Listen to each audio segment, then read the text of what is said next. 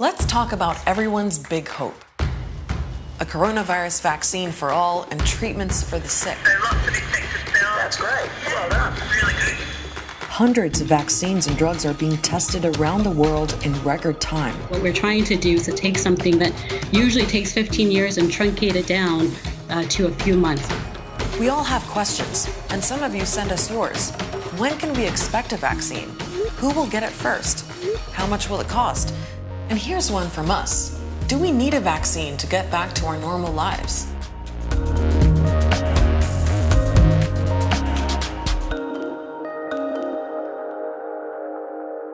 There is no cure for SARS-CoV-2, the coronavirus that causes the disease COVID-19.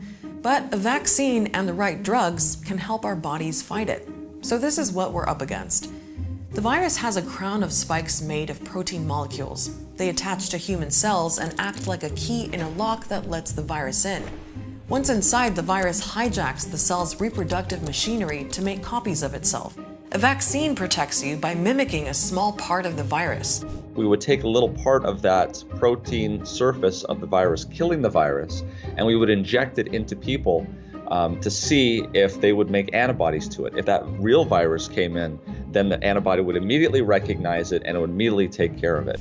But there are different ways of making a vaccine. Some labs are taking the more traditional route.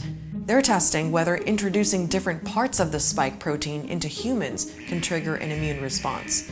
But this sort of protein-based vaccine typically takes years to develop because scientists have to grow the protein and test it safe. So other labs are working on a different strategy that's never been done before. It involves copying a small section of the virus's RNA genetic code and injecting that into a person.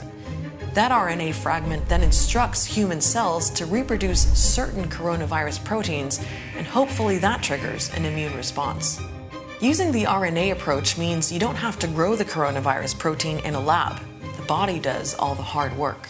Hopefully this will take months out of the process and will get us a vaccine sooner. But again, we're in uncharted territory here. Now, usually a vaccine takes up to 10 or even 15 years to test, manufacture, and distribute, if a vaccine candidate even makes it that far. But we don't have that kind of time. Dozens of laboratories are now battlegrounds in the race for a vaccine. Labs around the world got to work as soon as a Chinese scientist published the virus's genetic sequence in January. We've been working on this with all cylinders. We're kind of writing the playbook as the game is being played. It's a game with high stakes. Governments, public institutions, philanthropists, they're all involved. Private companies in places like the US, China, and Germany, they're all competing. But some researchers are also working together on open platforms. We haven't seen such an acceleration in sharing information and sharing data. To give you an idea of how fast things are moving, it took 7 months to start human trials during the Zika epidemic. That was a record. For this new coronavirus, it took just 63 days. But testing on people is just one step.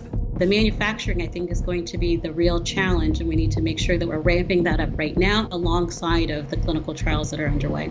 Based on most estimates, we could get a new vaccine sometime early next year. But it'll take longer for it to get to millions of people.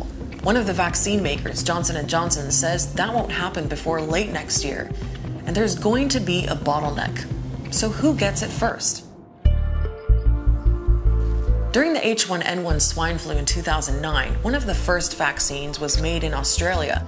The government was criticized for making sure it went to Australians first. The concern this time around is that countries will want to do the same thing again. And there's reason for that concern. President Trump has been accused of trying to lure a German pharmaceutical company working on a coronavirus vaccine to the US. German authorities insist that no country should have a monopoly and is offering its own financial incentives for the vaccine to stay in the country. Right now, there is no international body to police distribution of a vaccine. Not even the WHO has that power. Nor is there a global plan for a coordinated rollout. Groups like the Gavi Vaccine Alliance and CEPI, though, are working to get vaccines to developing countries. And the WHO has emergency rules in place that were set up during the Ebola epidemic. They say any new vaccine should first go to the people who need it most, like frontline workers. The front line of the healthcare workers and clearly older and vulnerable populations, that's going to be the first phase. And then wider mass mobilization would happen after that. There's also pressure on the pharmaceutical industry not to chase big profits. Millions of people need the vaccine, so the demand will be huge, and governments can't afford to pay top dollar. The thing is, vaccines are expensive to make. In terms of the actual opportunity, it's fairly limited. The margins are typically razor thin. It's very hard to scale the production in any meaningful and profitable way. CEPI and the Wellcome Trust think it'll cost the industry $3 billion to develop, manufacture, and distribute a vaccine globally. It might be worthwhile for a private company to make it have a good standing in the public eye to say we're going to do this at a reduced cost. This is a humanitarian thing. The Gates Foundation is likely going to blow billions of dollars to build production facilities for 7 vaccine candidates, knowing some of those vaccines won't make the grade. The idea is to ensure we're ready to go once a vaccine is found. We'll make it as cheap as we can, and there's no doubt the money should be found to buy that vaccine for everyone on the planet. A vaccine is the long-term goal. So right now, scientists are using experimental treatments to help people already sick with COVID-19, like plasma therapy, which involves collecting antibodies from people who've recovered and injecting them into infected patients. They're also trying out drugs in early development or already on the market for other diseases, like the antiviral remdesivir that was developed for Ebola, or hydroxychloroquine used for malaria. There are many candidate therapeutics or drugs that are showing some promise or potential, but we need to be exceptionally careful. It's extremely important that we rely on the results that are going to come from trials that will tell us how safe and how effective these drugs are. And then there are the so-called treatments that have raised alarm bells. I see the disinfectant where it knocks it out in a minute, 1 minute. And is there a way we can do something like that by injection inside or...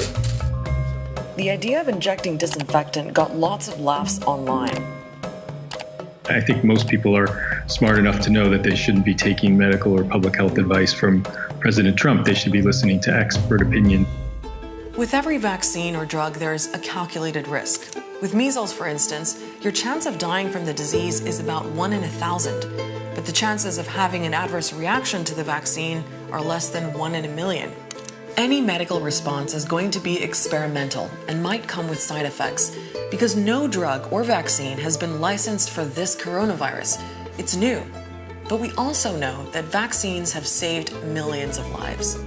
I would like to declare 26 October as Smallpox Zero Day.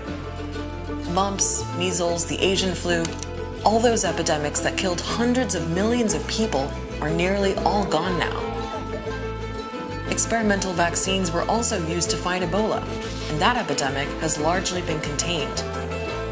The ultimate goal is to slam the brakes on the virus's ability to spread, and building immunity is key. At the moment, one infected person gives it to roughly 3 other people, who each infect 3 more, and so on. But if we create what's called herd immunity, we can bring that right down. The idea is for about 60% of people to become immune to the coronavirus, either by recovering from it or getting vaccinated. That way, we reduce transmission from one person to just one other person, or less. The key is to get to 60% as fast as possible. That strain of the virus will now no longer be a threat, and it will go away. But we aren't there yet, which is why the experts say it'll be a while before life can return to normal. If we have one-time social distancing, there's a very good chance that a large number of people will remain susceptible to infection. It seems like naturally we're going to enter into this intermittent social distancing period. And in order to reach a high enough level of immunity in the population, our model suggests that it could take into 2022.